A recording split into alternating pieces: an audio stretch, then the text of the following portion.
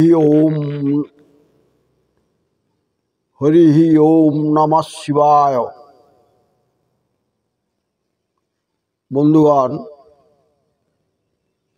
आमी क्रमागत महामती चाणक्येर श्लोकगुलो आपनादेर काछे तुले धरते चाइछि बारंबार, कारण এই চাণক্য শ্লোকের মূল্য আজও আছে। বহুদিন আগের যে সকল তিনি শ্লোক বলেছেন তা আজও অমর এবং ধ্রুব সত্য, একে খণ্ডন করতে পারবেন না। এখন আমি তার একটা শ্লোক আপনাদের কাছে বর্ণনা করছি, মন দিয়ে শুনুন, কাজে আসবে। আপনারা জানেন, কিন্তু আমরা সব জেনেও ভুলে যাই। ভুলে যাওয়াটাই জীবনের ধর্ম। তা তিনি বলছেন, চলচ্চিত্বং চলদ্বিত্বং চলজ্জীবন যৌবনম চলাচলমিদম সর্বম কীর্তির্যস্য সজীবতি। আবার বলছি, চলচ্চিত্বং চলদ্বিত্বং চলজ্জীবন যৌবনম চলাচলমিদম সর্বম কীর্তির্যস্য সজীবতি।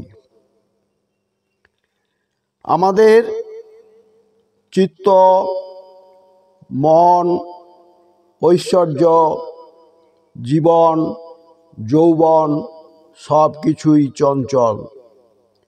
জগতের সব কিছুই একদিন বিনাশ হয়ে যাবে।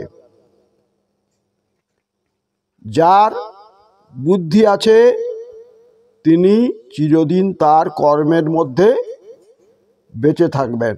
সেই জন্য তিনি বলছেন যে কীর্তির্যস্য সজীবতি। এই পৃথিবীতে কোনো কিছুই তো শাশ্বত নয় বা চিরস্থায়ী নয়। সব কিছুর একদিন জন্ম আছে, আবার একদিন তার মৃত্যু আছে, তার মানে বিনাশ আছে।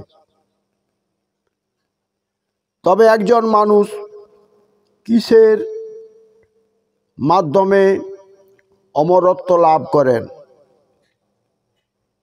যার কীর্তি রেখেছেন, যিনি কীর্তি রেখেছেন, যিনি প্রতিভা দ্বারা জগৎকে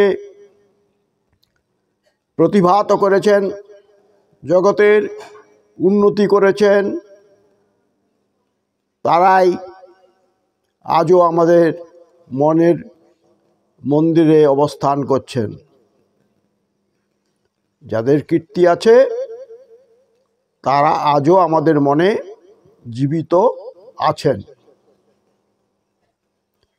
এখানে শ্রীমদ্ ভাগবতের একটি শ্লোকে বর্ণিত আছে, অর্জুন গীতায় শ্রী ভগবানকে বলেছিলেন, হে কৃষ্ণ, চঞ্চল হি মনঃ কৃষ্ণ, আমার মন চঞ্চল, কিছুতেই স্থির হচ্ছে না।